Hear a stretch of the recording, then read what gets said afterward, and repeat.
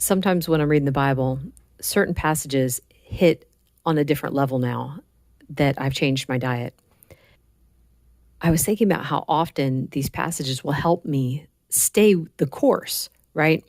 So, for instance, the one about, whoever puts their hand to the plow, if you look back, you're not worthy of the calling. Like, you should not be looking back when you put your hand to the plow. You need to keep your eyes focused straight ahead and moving forward. And that one was like, well, I don't want to look back with longing to how I used to eat, because how I used to eat made me feel miserable.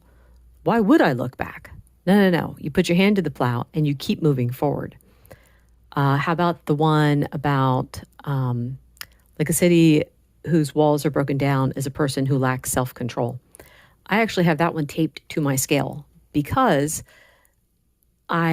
before I started this diet, actually, when I started this diet, I was weighing myself all day throughout the day.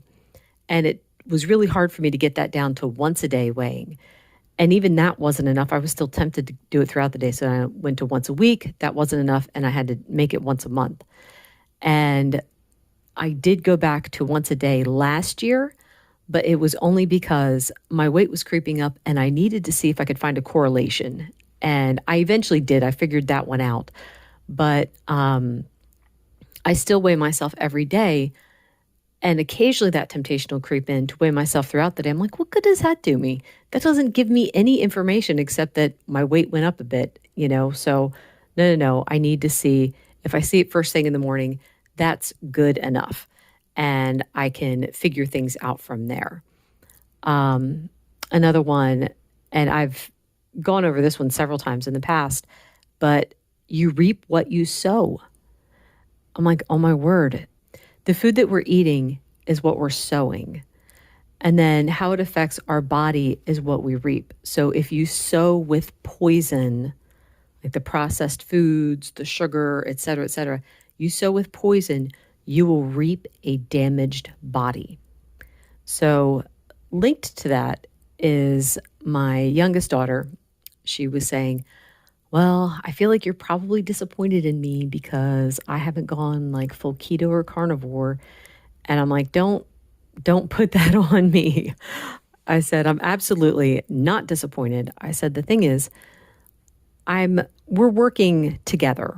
The girls are working with me to eliminate foods that have damaging things in them. So, when I started this diet, they were having ice cream every day.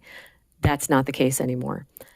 They were having bread from the store, which is garbage. It's got all kinds of bad stuff in it. I make my own bread now. And like the recent thing that they were on board with was getting rid of the crackers that they like. All of the crackers out there have the bad oils in them. Even the ones that say butter. Well, it's just butter flavor. There is no butter in the crackers.